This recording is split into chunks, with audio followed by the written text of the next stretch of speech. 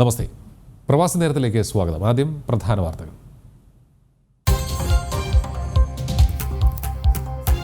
ബുറേവി ചുഴലിക്കാറ്റ് ശ്രീലങ്കൻ തീരം തൊട്ടു.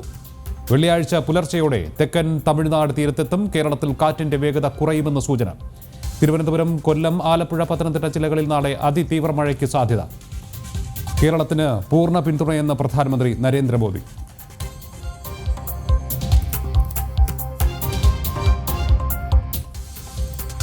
കുവൈറ്റിൽ സ്വദേശീവൽക്കരണം ഊർജിതം.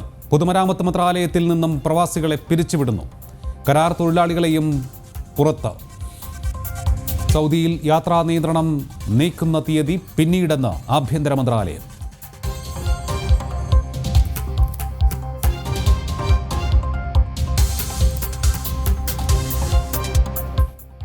സ്വർണ്ണക്കടത്തിൽ സ്വപ്നയുടെയും സരിത്തിന്റെയും രഹസ്യമൊഴിയെടുത്തു. മജിസ്ട്രേറ്റ് കോടതി മൊഴിയെടുത്തത് CRPC 164 പ്രകാരം. സ്വപ്നയുടെ ലോക്കറിൽ സൂക്ഷിച്ച 1 കോടി രൂപ ശിവശങ്കറിന്റെ കമ്മീഷനെന്ന് ED. പണം ലൈഫ് മിഷനിൽ യൂണിടാക് നൽകിയ കോഴപ്പണം. 3 ലോക്കറുകൾ തുറക്കുവാൻ മാത്രം സ്വപ്നയ്ക്ക് വരുമാനമില്ല എന്ന് ED ഹൈക്കോടതിയിൽ.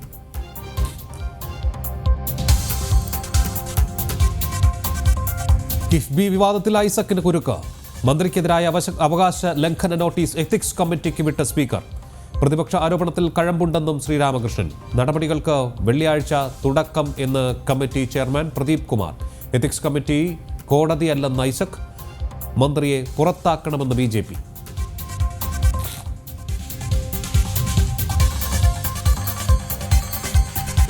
പെരിയ കേസ് ഡയറി ക്രൈംബ്രാഞ്ച് CBIക്ക് കൈമാറി. ക്രൈംബ്രാഞ്ച് നടപടി കേസ് CBIക്ക് വിട്ടത് സുപ്രീം കോടതി ശരിവെച്ചതിനെ തുടർന്ന് CBI ഓഫീസിലെത്തി കേസ് ഡയറി കൈമാറി.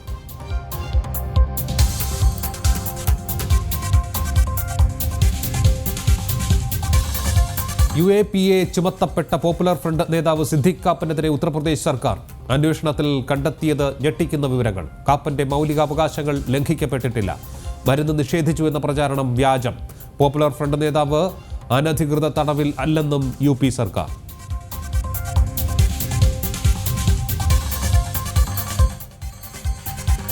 ഓസ്ട്രേലിയക്കെതിരായ ഏകദിന പരമ്പരയിൽ ഇന്ത്യയ്ക്ക് ആശ്വാസ ജയം. കാൻബറ ഏകദിനത്തിൽ ഓസീസിനെ കീഴടക്കിയത് 13 റൺസിന്. ഹാർദിക് പാണ്ഡ്യ കളിയിലെ കേമൻ.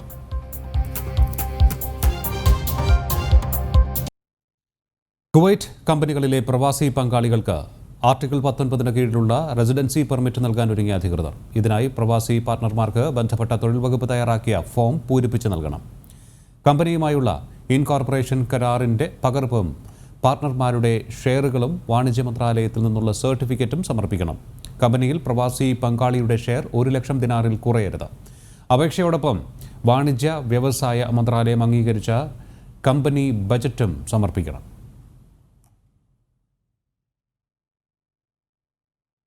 കുവൈറ്റിൽ പൊതുഗതാഗത വാഹനങ്ങളിൽ ഡ്രൈവർ മുതലായ തസ്തികകളിൽ ഇനി സ്വദേശികൾക്കും ജോലി ചെയ്യാൻ അനുമതി. ഇതിനു പുറമെ അടുത്ത ബന്ധുക്കൾക്കും ഡ്രൈവിംഗ് പരിശീലനം നൽകുന്നതിന് സ്വദേശികൾക്ക് താൽക്കാലിക പരിശീലന ലൈസൻസ് അനുവദിക്കും. നിലവിലെ ചട്ടങ്ങളിൽ ഭേദഗതി വരുത്തിക്കൊണ്ട് ആഭ്യന്തരമന്ത്രി അനസ് അൽ സാലെഹ് ആണ് ഉത്തരവ് പുറപ്പെടുവിച്ചത്. ഈ മേഖലയിൽ സ്വദേശീവൽക്കരണം നടപ്പാക്കുന്നതിന്റെ ഭാഗമായാണ് നടപടിയെന്നാണ് വിലയിരുത്തപ്പെടുന്നത്. നിലവിൽ മലയാളികളടക്കം ആയിരക്കണക്കിന് ആളുകൾ ജോലി ചെയ്യുന്ന മേഖലയാണ് ഇവ രണ്ടും. കുവൈറ്റിൽ ഇന്ന് പുതുതായി 268 പേർക്ക് കൂടി കൊറോണ സ്ഥിരീകരിച്ചു. ഇതോടെ രാജ്യത്തെ ആകെ രോഗബാധിതരുടെ എണ്ണം 1,43,260 ഒരു മരണം കൂടി റിപ്പോർട്ട് ചെയ്തതോടെ ആകെ കൊറോണ മരണം 882 509 പേർ രോഗം ഭേദമായി ആശുപത്രി വിട്ടതോടെ 1,38,134 പേരാണ് രാജ്യത്തെ ആകെ രോഗമുക്തർ. നിലവിൽ കൊറോണ ചികിത്സയിൽ തുടരുന്ന 4,240 പേരിലെ 79 പേർ തീവ്ര പരിചരണ വിഭാഗത്തിലാണ്. വിദേശകാര്യമന്ത്രി S. ജയശങ്കർ ഒമാൻ വിദേശകാര്യമന്ത്രി ബദർ അൽബുസൈദിയുമായി വീഡിയോ കോൺഫറൻസ് നടത്തി. കൊറോണ പ്രതിസന്ധിക്കിടെ ഒമാനിലുള്ള ഇന്ത്യക്കാർക്ക് നൽകിയ സംരക്ഷണത്തിന് അദ്ദേഹം നന്ദി അറിയിച്ചു. ആരോഗ്യം, ഭക്ഷ്യസുരക്ഷ ഉൾപ്പെടെ വിവിധ മേഖലകളിൽ ഇരു രാജ്യങ്ങളും തമ്മിലുള്ള സഹകരണം കൂടുതൽ ശക്തമാക്കുന്നതിനെക്കുറിച്ച് ഇരുവരും ചർച്ച ചെയ്തു. രാജ്യത്തെ ആദ്യത്തെ contactless instant credit lifestyle payment ecosystem ആയ M-Payക്ക് ദുബായിൽ തുടക്കമായി. The Emirates payment services LLC ആണ് പ്രഖ്യാപനം നടത്തിയത്. UAEയുടെ സ്മാർട്ട് ഗവൺമെന്റ് പ്രോഗ്രാമിന്റെ ഭാഗമായാണ് contactless instant credit lifestyle payment ഇക്കോസിസ്റ്റമായ എംബെ വികസിപ്പിച്ചത്. സുരക്ഷിതമായ കറൻസി രഹിത പണമിടപാടിനുള്ള ആപ്ലിക്കേഷനാണിത്. UAEയുടെ നാനാ തുറകളിലുമുള്ള താമസക്കാർക്കായി വികസിപ്പിച്ച എംബെ റീജിയണിലെ ആദ്യ ദേശീയ കോണ്ടാക്ട്ലെസ് മൊബൈൽ പേയ്മെന്റ് ആപ്പാണ്. ഏറെ വികസിതമായ മൊബൈൽ ആപ്ലിക്കേഷനാണ് എംബെ എന്ന് ഡെപ്യൂട്ടി സിഇഒയും ചീഫ് പ്രൊഡക്റ്റ് ഓഫീസറുമായ ജിജി ജോർജ് കോശി ചൂണ്ടിക്കാട്ടി. എംബെ ലോകത്തിലെ ആദ്യത്തെ contactless instant credit mobile lifestyle ആപ്ലിക്കേഷനാണ്. അത് ഇൻസ്റ്റന്റ് ക്രെഡിറ്റും കോണ്ടാക്ട്ലെസ് സൊല്യൂഷനും കൂടെ ഒരുമിച്ച് വരുന്നതിലാണ് വേൾഡ്സ് ഫസ്റ്റ് എന്ന് പറയുന്നത്. സർക്കാർ സ്വകാര്യ മേഖലകളിലെ ഒട്ടേറെ പേയ്മെന്റ് സർവീസുകൾ എംബെയിലൂടെ സാധ്യമാകും. ഗൂഗിൾ പ്ലേ സ്റ്റോറിൽ നിന്നോ iOS ആപ്പ് സ്റ്റോറിൽ നിന്നോ UAE നിവാസികൾക്ക് ആപ്പ് സൗജന്യമായി ഡൗൺലോഡ് ചെയ്യാം. ദുബായിൽ നടന്ന ലോഞ്ചിങ് ചടങ്ങിൽ എക്കണോമി ഡെപ്യൂട്ടി ജനറലും എംബെ മാനേജിംഗ് ഡയറക്ടറുമായ Ali Ibrahim, the Emirates payment service LLC chief executive officer Muna Al Ghaswa തുടങ്ങിയവർ പങ്കെടുത്തു. ജനം, ദുബായ്. UAE ദേശീയ ദിനാഘോഷത്തിന് വിസ്മയ കാഴ്ചകൾ ഒരുക്കി ദുബായ് മറീനയിൽ യോട്ട് പരേഡും ജലകേളികളും അരങ്ങേറി. ദേശീയ ദിനാഘോഷം മെറൈൻ എഡിഷൻ എന്ന പേരിലായിരുന്നു ചടങ്ങുകൾ സംഘടിപ്പിച്ചത്.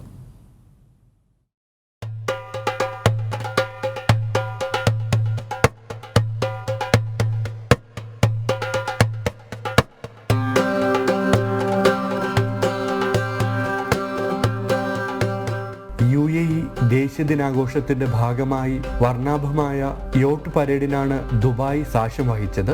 ദുബായ് മറീന ഓപ്പൺ സീ ഏരിയയിലാണ് ദേശീയ ദിനാഘോഷത്തിന്റെ ഭാഗമായി വ്യത്യസ്തമായ കാഴ്ചകൾ സമ്മാനിച്ച വാട്ടർ സ്പോർട്സ് ആക്ടിവിറ്റികൾ അരങ്ങേറിയത്.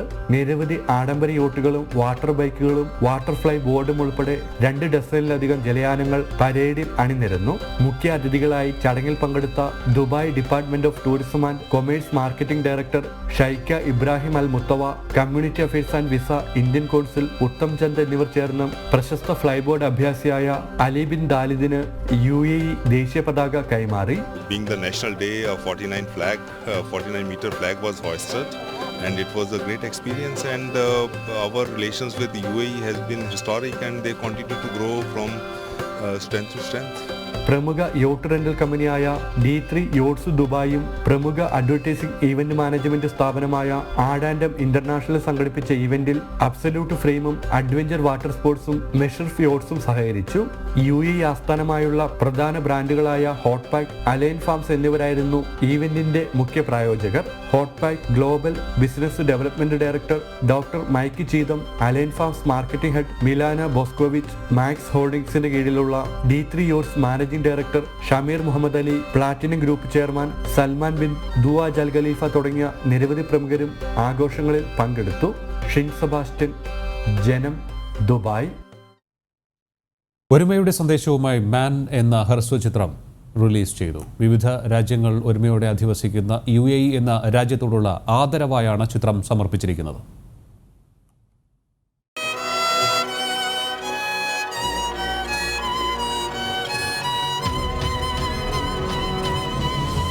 UAE ദേശീയ ദിനാഘോഷത്തോടനുബന്ധിച്ച് ക്രിയേറ്റീവ് ഏജൻസിയായ വി ഫോർ ഗുഡ് ഒരുക്കിയ മാൻ എന്ന ഹ്രസ്വചിത്രം റിലീസ് ചെയ്തു. UAEയിലെ വിവിധ ബ്രാൻഡുകൾ അണിനിരത്തി പ്രവാസി മലയാളിയായ സച്ചിൻ രാംദാസ് ആണ് ചിത്രം സംവിധാനം ചെയ്തത്. വി ഫോർ ഗുഡ് സ്ഥാപക ചെയർപേഴ്സൺ വിദ്യ മൻമോഹന്റെ ആശയത്തിന്മേലാണ് ചിത്രം ഒരുക്കിയത്. And I really hope the National Day video or film gets to the right audience and people see the beauty in collaboration and working together and supporting one another. 4 minute 20 second ദൈർഘ്യമുള്ള ചിത്രം ചൊവ്വാഴ്ച രാവിലെ യൂട്യൂബിലൂടെ release ചെയ്തു. മാൻ എന്ന Arabic വാക്കിന്റെ അർത്ഥം ഒരുമയെന്നാണ്. വിവിധ രാജ്യങ്ങൾ ഒരുമയോടെ അധിവസിക്കുന്ന UAE എന്ന രാജ്യത്തോടുള്ള ആദരവായാണ് ചിത്രം സമർപ്പിച്ചിരിക്കുന്നത്. ലക്ഷക്കണക്കിന് പ്രവാസികൾക്ക് മെച്ചപ്പെട്ട ജീവിതം ഒരുക്കി നൽകുന്ന UAEയുടെ ദേശീയ ദിനത്തിൽ ആ രാജ്യത്തോടുള്ള സ്നേഹവും ആദരവുമാണ് ചിത്രത്തിലൂടെ അവതരിപ്പിച്ചിരിക്കുന്നതെന്ന് സച്ചിൻ രാംദാസ് പറഞ്ഞു. നമ്മൾ രാജ്യത്തിന് ഒരു ട്രിബ്യൂട്ടും പിന്നെ രാജ്യത്തിന് തിരിച്ചു കൊടുക്കുകയാണ് in some way. So yeah, we are very happy about Man. Mamta Mohandas കേന്ദ്ര കഥാപാത്രമായി എത്തി പ്രേക്ഷക പ്രശംസ നേടിയ തേടൽ എന്ന മ്യൂസിക്കൽ വീഡിയോയ്ക്ക് ശേഷം സച്ചിൻ രാംദാസ് ഒരുക്കിയ ചിത്രം കൂടിയാണ് മാൻ.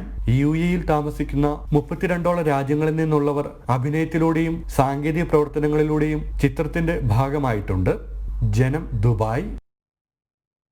UAE-യുടെ ദേശീയ ദിനാഘോഷത്തിന്റെ ഭാഗമായി ദേശീയ ദിനം അടയാളപ്പെടുത്തുന്ന അലങ്കാരങ്ങളുമായി അണിഞ്ഞൊരുങ്ങിയ അബുദാബി പോലീസ് വാഹനങ്ങൾ. പിറകിൽ 49 സ്പിരിറ്റ് ഓഫ് യൂണിയൻ എന്ന് അടയാളപ്പെടുത്തിയാണ് അബുദാബി, അലൈൻ, അൽദഫ്ര എന്നിവിടങ്ങളിലെ പോലീസ് വാഹനങ്ങൾ പെട്രോളിങ്ങിന് ഇറങ്ങിയത്. ആഘോഷങ്ങളുടെ ഭാഗമാകുന്നവർ സുരക്ഷാ വ്യവസ്ഥകൾ കർശനമായി പാലിക്കണം എന്ന് പോലീസ് മുന്നറിയിപ്പ് നൽകിയിട്ടുണ്ട്. ബുറേവി ചുഴലിക്കാറ്റ് നാളെ അർദ്ധരാത്രിയോടെ കേരള തീരത്തോടും. തെക്കൻ തീരത്ത് കരതൊട്ട് ചുഴലിക്കാറ്റ് കടന്നുപോകും എന്ന് കാലാവസ്ഥാ നിരീക്ഷണ കേന്ദ്രം അറിയിച്ചു. മധ്യകേരളത്തിലും തെക്കൻ കേരളത്തിലും അതീവ ജാഗ്രതാ നിർദ്ദേശം നൽകി. ബുറേവി ചുഴലിക്കാറ്റ് നാളെ അർദ്ധരാത്രിയോടുകൂടി കേരള തീരം തൊടുമെന്നാണ് കേന്ദ്ര കാലാവസ്ഥാ വകുപ്പിന്റെ മുന്നറിയിപ്പ്. പിന്നീട് ചുഴലിക്കാറ്റ് അറബിക്കടലിലെത്താനാണ് സാധ്യത. ചുഴലിക്കാറ്റ് വടക്കോട്ട് നീങ്ങുന്നതിനാൽ കേരളത്തിൽ ശക്തി കുറഞ്ഞേക്കുമെന്നാണ് കാലാവസ്ഥാ നിരീക്ഷണ കേന്ദ്രത്തിന്റെ വിലയിരുത്തൽ. മധ്യ കേരളത്തിലും തെക്കൻ കേരളത്തിലും ജാഗ്രതാ നിർദ്ദേശം നൽകിയിട്ടുണ്ട്. ശനിയാഴ്ച വരെ കേരളത്തിൽ പലയിടത്തും അതിശക്തമായ മഴ ലഭിക്കാൻ സാധ്യതയുണ്ടെന്നാണ് മുന്നറിയിപ്പ്. നാളെ തിരുവനന്തപുരം, കൊല്ലം, പത്തനംതിട്ട, ആലപ്പുഴ ജില്ലകളിൽ റെഡ് അലർട്ട് പ്രഖ്യാപിച്ചിരിക്കുകയാണ്. ശക്തമായ കാറ്റും വീശിയേക്കും. മലയോര മേഖലകളിൽ താമസിക്കുന്നവരും തീരദേശവാസികളും ജാഗ്രത പാലിക്കണം. മത്സ്യബന്ധനത്തിനായി ഇനിയൊരു അറിയിപ്പുണ്ടാകുന്നതുവരെ മീൻപിടുത്ത തൊഴിലാളികൾ കടലിൽ പോകരുതെന്നും നിർദ്ദേശം നൽകി. ജനം, തിരുവനന്തപുരം. ബുറേവി ചുഴലിക്കാറ്റിൽ സംസ്ഥാനത്തെ സാഹചര്യം വിലയിരുത്തി പ്രധാനമന്ത്രി നരേന്ദ്രമോദി. ചുഴലിക്കാറ്റിനെ നേരിടാനുള്ള മുന്നൊരുക്കങ്ങൾ സംബന്ധിച്ച് പ്രധാനമന്ത്രിയോട് വിശദീകരിച്ചു എന്ന് മുഖ്യമന്ത്രി പിണറായി വിജയൻ പറഞ്ഞു. സംസ്ഥാനത്ത് അതീവ ജാഗ്രത വേണമെന്നും മുഖ്യമന്ത്രി വ്യക്തമാക്കി. വരും മണിക്കൂറിൽ ബുറേവിയുടെ സഞ്ചാരപാത സംബന്ധിച്ച വ്യക്തത വരുമെന്ന് മുഖ്യമന്ത്രി പിണറായി വിജയൻ പറഞ്ഞു. തമിഴ്നാട്ടിലെ തൂത്തുക്കുടി, തിരുനെൽവേലി മേഖല വഴി വെള്ളിയാഴ്ചയോടെ ചുഴലിക്കാറ്റ് കേരളത്തിലെത്തുമെന്നാണ് പ്രവചനം. തിരുവനന്തപുരം, കൊല്ലം, പത്തനംതിട്ട, ആലപ്പുഴ, കോട്ടയം, ഇടുക്കി, എറണാകുളം എന്നീ 7 ജില്ലകളിൽ ശക്തമായ കാറ്റും മഴയും ഉണ്ടാകാനുള്ള സാധ്യതയുണ്ട്. തിരുവനന്തപുരം, കൊല്ലം, ആലപ്പുഴ, കോട്ടയം ജില്ലകളിലും ഇടുക്കി ജില്ലയിലെ ചില ഭാഗങ്ങളിലും മണിക്കൂറിൽ 60 കിലോമീറ്റർ വരെ വേഗത്തിൽ കാറ്റ് വീശാനും സാധ്യതയുണ്ടെന്നും കാലാവസ്ഥാ നിരീക്ഷണ കേന്ദ്രം മുന്നറിയിപ്പ് നൽകിയിട്ടുണ്ട്. സംസ്ഥാനത്തെ സാഹചര്യങ്ങൾ പ്രധാനമന്ത്രിയോട് വിശദീകരിച്ചതായി മുഖ്യമന്ത്രി പറഞ്ഞു. ചുഴലിക്കാറ്റ് സംബന്ധിച്ച് പ്രധാനമന്ത്രി ശ്രീ നരേന്ദ്രമോദി അല്പസമയം മുൻപ് സംസാരിച്ചിരുന്നു. സംസ്ഥാനം സ്വീകരിച്ച നടപടികൾ അദ്ദേഹത്തോട് വിശദീകരിച്ചു. കേന്ദ്രസേനകളുടെ സഹായം പ്രധാനമന്ത്രി ഉറപ്പാക്കിയിട്ടുണ്ട്. NDRFന്റെ 8 ടീമുകൾ എത്തിച്ചേർന്നു. കോയമ്പത്തൂരിലെ സുലൂർ എയർഫോഴ്സ് ബേസിൽ എയർഫോഴ്സിന്റെ സേവനങ്ങൾ ഒരുക്കിയിട്ടുണ്ട്. നാവികസേനയും ഏതു സാഹചര്യവും നേരിടാൻ തയ്യാറാണ്. ആളുകളെ മാറ്റിപ്പാർപ്പിക്കുന്നതിനായി 2849 ക്യാമ്പുകൾ സംസ്ഥാനത്ത് കണ്ടെത്തിയിട്ടുണ്ടെന്നും മുഖ്യമന്ത്രി പറഞ്ഞു. നിലവിൽ 13 ക്യാമ്പുകളിലായി 690 പേരെ മാറ്റിപ്പാർപ്പിച്ചിട്ടുണ്ട്. മെഴുകുതിരി, തീപ്പെട്ടി, റേഡിയോ, ചാർജ് ചെയ്ത മൊബൈൽ ഫോണുകൾ എന്നിവ കരുതണമെന്ന് മുന്നറിയിപ്പും നൽകിയിട്ടുണ്ട്. 1077 എന്ന കൺട്രോൾ റൂം നമ്പറിൽ അടിയന്തര സാഹചര്യത്തിൽ ബന്ധപ്പെടാമെന്നും അറിയിച്ചിട്ടുണ്ട്. പത്തനംതിട്ട ജില്ലയിൽ ശക്തമായ കാറ്റിനും മഴയ്ക്കും സാധ്യതയുള്ളതിനാൽ ചുഴലിക്കാറ്റ് കടന്നു പോകുന്നതുവരെ ശബരിമല തീർത്ഥാടനത്തിന് നിയന്ത്രണം ഏർപ്പെടുത്തുമെന്നും മുഖ്യമന്ത്രി പറഞ്ഞു. ജനം, തിരുവനന്തപുരം. ഓർത്തഡോക്സ് വിഭാഗത്തിന് കൈമാറിയ പള്ളികളിൽ തിരിച്ചു കയറുമെന്ന് യാക്കോബായ സഭ. ഓർത്തഡോക്സ് വിഭാഗത്തിന് വിട്ടുകൊടുത്ത 52 പള്ളികളിലെ വികാരിമാർ, ട്രസ്റ്റിമാർ, പ്രതിനിധികൾ എന്നിവർ ഉൾപ്പെട്ട യോഗത്തിൻ്റെതാണ് തീരുമാനം. കൈമാറിയ പള്ളികളുടെ മുന്നിൽ പന്തല് കെട്ടി റിലേ സത്യാഗ്രഹ സമരം നടത്തും. 13-ാം തീയതി പള്ളികളിൽ തിരിച്ചു കയറുമെന്നും സഭാ ഭാരവാഹികൾ അറിയിച്ചു. കോടതി വിധികളിലും ഇടവക അംഗങ്ങളെ ദേവാലയങ്ങളിൽ നിന്നും പുറത്താക്കുവാൻ കോടതി വിധിയിൽ പറഞ്ഞിട്ടില്ല എന്ന് ചൂണ്ടിക്കാട്ടിയാണ് നീക്കം. ട്രസ്റ്റ് എന്ന നിലയിൽ ട്രസ്റ്റ് അംഗങ്ങളായ ഇടവകക്കാർക്ക് തങ്ങൾ സ്ഥാപിച്ച ദേവാലയങ്ങളിൽ അവകാശം നഷ്ടമാകുന്നില്ല എന്നാണ് സുപ്രീം കോടതി വിധി പറയുന്നത് എന്നും യാക്കോബായ സഭാ വക്താക്കൾ അവകാശപ്പെട്ടു. സ്വപ്നയുടെയും സരിത്തിൻ്റെയും രഹസ്യമൊഴിയെടുത്തു. കസ്റ്റംസ് രജിസ്റ്റർ ചെയ്ത കേസിലാണ് മജിസ്ട്രേറ്റ് കോടതി രഹസ്യമൊഴി രേഖപ്പെടുത്തിയത്. സ്വർണ്ണക്കടത്ത്, ഡോളർ കടത്ത് കേസുകളിൽ ഉൾപ്പെട്ട ഉന്നതരുടെ പേരുകൾ സ്വപ്ന കസ്റ്റംസിനോട് വെളിപ്പെടുത്തിയിരുന്നു. CRPC 164 പ്രകാരം എറണാകുളം മജിസ്ട്രേറ്റ് കോടതി 3-ലാണ് സ്വപ്നയും സരിത്തും മൊഴി നൽകിയത്. ഡോളർ കടത്ത് കേസുമായി ബന്ധപ്പെട്ട് 5 ദിവസത്തെ കസ്റ്റഡിയിൽ ചോദ്യം ചെയ്തപ്പോൾ നവംബർ 27-നാണ് സ്വപ്ന ഡോളർ കടത്ത് കേസിൽ ശിവശങ്കറിന് മുകളിലുള്ള ഉന്നതരെക്കുറിച്ച് വെളിപ്പെടുത്തിയത്. മൊഴിയുടെ വിശദാംശങ്ങൾ ഉൾപ്പെടുത്തിയ റിപ്പോർട്ട് മുദ്രവെച്ച കവറിൽ കസ്റ്റംസ് ACGM കോടതിയിൽ സമർപ്പിച്ചിരുന്നു. സ്വർണ്ണക്കടത്തിലും ഡോളർ കടത്തിലും വമ്പൻ സ്രാവുകളുണ്ടെന്നാണ് മൊഴികളിലെ സൂചനയെന്ന് കോടതിയും നിരീക്ഷിച്ചിരുന്നു. കസ്റ്റംസ് നിയമം 108 പ്രകാരം രേഖപ്പെടുത്തിയ മൊഴികൾക്ക് പുറമെയാണ് CRPC 164 പ്രകാരം മജിസ്ട്രേറ്റ് കോടതിയും മൊഴി രേഖപ്പെടുത്തിയിട്ടുള്ളത്. എം ശിവശങ്കറിന് മുകളിലുള്ള പ്രമുഖരുടെ പങ്കാളിത്തം കൂടി വെളിപ്പെടുത്തുന്ന സ്വപ്നയുടെയും സരിത്തിന്റെയും രഹസ്യമൊഴികൾ കേസിൽ തുടരന്വേഷണത്തിലും നിർണായകമാകും. കേസിൽ സരിത്ത് 1-ാം പ്രതിയും സ്വപ്ന 2-ാം പ്രതിയുമാണ്. സ്വർണ്ണക്കടത്ത് കേസിലെ മറ്റൊരു പ്രതിയായ സന്ദീപും നേരത്തെ മജിസ്ട്രേറ്റ് കോടതിയിൽ രഹസ്യമൊഴി നൽകിയിരുന്നു. ജനം, കൊച്ചി. സ്വപ്ന സുരേഷിന്റെ ലോക്കറിലെ പണം ശിവശങ്കറിന്റേത് എന്ന എൻഫോഴ്സ്മെന്റ് ഹൈക്കോടതിയിൽ. വടക്കാഞ്ചേരി ലൈഫ് മിഷൻ പദ്ധതിക്കായി യൂണിടാക് ശിവശങ്കറിന് നൽകിയ കോഴപ്പണമാണ് ലോക്കറിൽ നിന്നും കണ്ടെത്തിയത്. ഈ 1 കോടി രൂപയാണ് ലോക്കറിൽ നിന്നും കണ്ടെത്തിയത് എന്നും സ്വപ്ന മൊഴി നൽകിയതായി ED സത്യവാങ്മൂലം നൽകി. എന്നാൽ ലോക്കറും സ്വർണ്ണക്കടത്തുമായി ബന്ധിപ്പിക്കുവാനാണ് അന്വേഷണ സംഘത്തിന്റെ ശ്രമം എന്ന് ശിവശങ്കർ ഹൈക്കോടതി അറിയിച്ചു. ജാമ്യാപേക്ഷയിൽ ഹൈക്കോടതി സിംഗിൾ ബെഞ്ച് ഈ മാസം 8-ന് വീണ്ടും വാദം കേൾക്കും. സ്വർണ്ണക്കടത്ത് കേസിലെ മുഖ്യപ്രതി സ്വപ്ന സുരേഷിന്റെ ലോക്കറിൽ നിന്നും കണ്ടെത്തിയ 1 കോടി രൂപ ശിവശങ്കറിന്റേതെന്നാണ് ജാമ്യാപേക്ഷയെ എതിർത്ത് എൻഫോഴ്സ്മെന്റ് ഹൈക്കോടതിയിൽ നൽകിയ സത്യവാങ്മൂലത്തിൽ വെളിപ്പെടുത്തിയിരിക്കുന്നത്. വടക്കാഞ്ചേരി ലൈഫ് മിഷൻ പദ്ധതിക്കായി യൂണിടാക് ശിവശങ്കറിന് നൽകിയ കോഴപ്പണമാണ് ഇതെന്ന് സ്വപ്ന മൊഴി നൽകിയിട്ടുണ്ടെന്നും സത്യവാങ്മൂലത്തിൽ എൻഫോഴ്സ്മെന്റ് വ്യക്തമാക്കുന്നു. കള്ളപ്പണം സൂക്ഷിക്കാനായാണ് ശിവശങ്കർ തന്റെ ചാർട്ടേഡ് അക്കൗണ്ടന്റ് വേണുഗോപാലിന്റെയും സ്വപ്നയുടെയും പേരിൽ ജോയിന്റ് ലോക്കർ തുറന്നത്. ഇക്കാര്യം സാധൂകരിക്കുന്ന വാട്സ്ആപ്പ് ചാറ്റുകൾ അടക്കമുള്ള തെളിവുകൾ ലഭിച്ചിട്ടുണ്ടെന്നും എൻഫോഴ്സ്മെന്റ് അവകാശപ്പെടുന്നുണ്ട്. 3 ലോക്കറുകൾ തുറക്കാൻ തക്ക വരുമാനം സ്വപ്നയ്ക്കില്ല.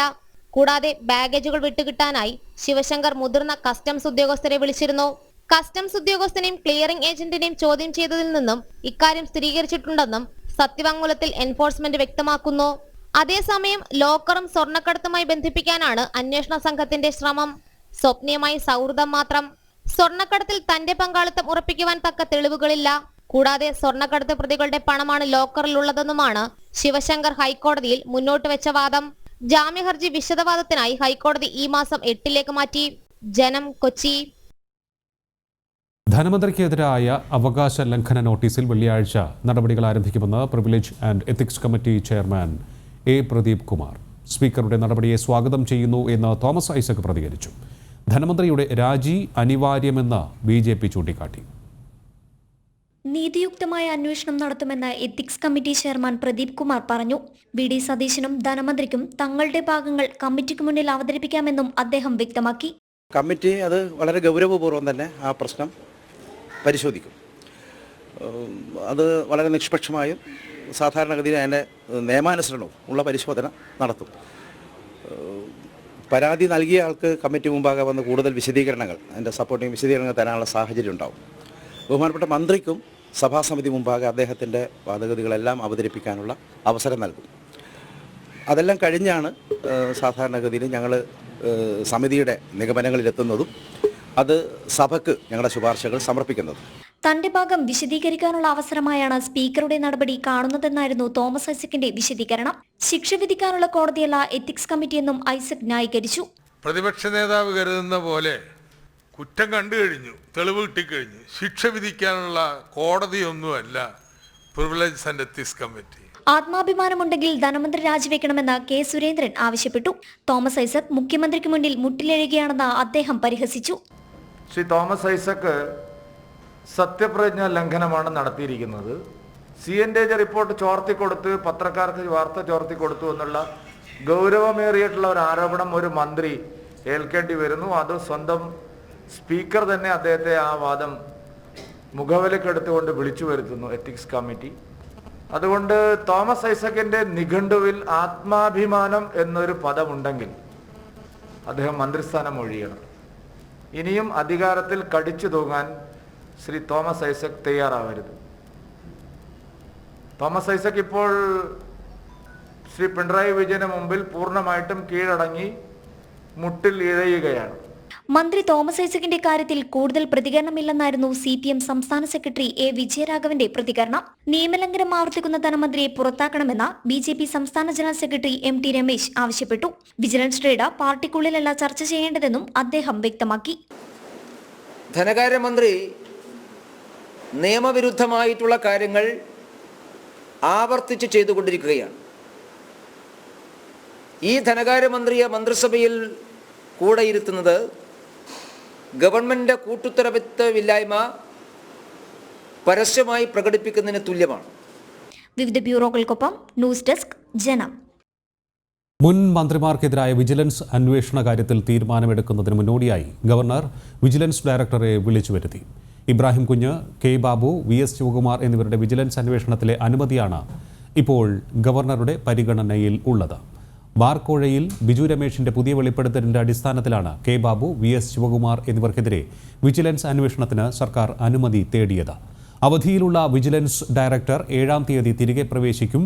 ഇതിനുശേഷമാകും ഗവർണറുമായി കൂടിക്കാഴ്ച നടത്തുക. പാലാരിവട്ടം പാലം അഴിമതി കേസിൽ മുൻ മന്ത്രി VK ഇബ്രാഹിം കുഞ്ഞിന്റെ റിമാൻഡ് കാലാവധി ഈ മാസം 16 വരെ നീട്ടി. മൂവാറ്റുപുഴ വിജിലൻസ് കോടതിയുടേതാണ് നടപടി. ചോദ്യം ചെയ്യലിൽ ലഭിച്ച വിവരങ്ങൾ ഉൾപ്പെടുത്തിയ റിപ്പോർട്ട് വിജിലൻസ് കോടതിയിൽ സമർപ്പിച്ചു. വീണ്ടും ചോദ്യം ചെയ്യാനുള്ള അപേക്ഷ ഫയൽ ചെയ്യുമെന്നും റിപ്പോർട്ടിലുണ്ട്. എന്നാൽ വീണ്ടും ചോദ്യം ചെയ്യൽ ഈ ഘട്ടത്തിൽ പരിഗണിക്കാനാകില്ലെന്ന് കോടതി വ്യക്തമാക്കി. വീഡിയോ കോളിലൂടെ ജഡ്ജി ഇബ്രാഹിം കുഞ്ഞുമായി ആശയവിനിമയം നടത്തിയ ശേഷമാണ് റിമാൻഡ് നീട്ടിയത്. നിലവിൽ ചികിത്സയിലുള്ള നെട്ടൂർ ലേക്ഷോർ ആശുപത്രിയിൽ തന്നെ ഇബ്രാഹിം കുഞ്ഞ് തുടരും. പാലാരിവട്ടം പാലം നിർമ്മാണ അഴിമതി കേസിൽ 5-ാം പ്രതിയാണ് മുൻ പൊതുമരാമത്ത് വകുപ്പ് മന്ത്രിയായിരുന്ന VK ഇബ്രാഹിം കുഞ്ഞ്. കഴിഞ്ഞ മാസം 18-നാണ് ചികിത്സയിൽ കഴിയുന്ന ആശുപത്രിയിലെത്തി വിജിലൻസ് ഇബ്രാഹിം കുഞ്ഞിന്റെ അറസ്റ്റ് രേഖപ്പെടുത്തിയത്. കോടതി നിയോഗിച്ച മെഡിക്കൽ സംഘം പരിശോധന നടത്തി ഇബ്രാഹിം കുഞ്ഞിന്റെ ആരോഗ്യനില തൃപ്തികരമല്ലെന്നും ചികിത്സ തുടരേണ്ടതുണ്ടെന്നും റിപ്പോർട്ട് നൽകിയിരുന്നു. തുടർന്ന് വിജിലൻസ് കോടതിയുടെ കർശന വ്യവസ്ഥകൾ പാലിച്ച് തിങ്കളാഴ്ച ആശുപത്രിയിലെത്തി വിജിലൻസ് ചോദ്യം ചെയ്തു. ഇതിൽ ലഭിച്ച കൂടുതൽ വിവരങ്ങൾ ഉൾപ്പെടെ ഉൾക്കൊള്ളിച്ചാണ് വിജിലൻസ് കോടതിയിൽ റിപ്പോർട്ട് നൽകിയിട്ടുള്ളത്. പാലാരിവട്ടം പാലം നിർമ്മാണ കരാറുകാരായ RDS കമ്പനിക്ക് ചട്ടവിരുദ്ധമായി 8.25 കോടി രൂപ അനുവദിക്കാൻ മന്ത്രിയായിരുന്ന ഇബ്രാഹിം കുഞ്ഞിന്റെ ഇടപെടൽ ഉണ്ടായിട്ടുണ്ടെന്നാണ് വിജിലൻസ് കണ്ടെത്തൽ. 2016 ഒക്ടോബറിൽ ഗതാഗതത്തിനായി തുറന്നുകൊടുത്ത പാലാരിവട്ടം പാലത്തിൽ 1 വർഷത്തിനുള്ളിൽ തന്നെ നിർമ്മാണ തകരാറുകൾ കണ്ടെത്തിയിരുന്നു. ബലക്ഷയമുള്ള പാലം പൊളിച്ച് പുതിയത് നിർമ്മിക്കുന്ന പ്രവൃത്തികൾ നടക്കുകയാണ്. ജനം, കൊച്ചി. പ്രവാസി നേരം പൂർണ്ണമാകുന്നു. അല്പസമയത്തിനകം പ്രവാസികൾ പറയട്ടെ കാണാം. നമസ്തേ.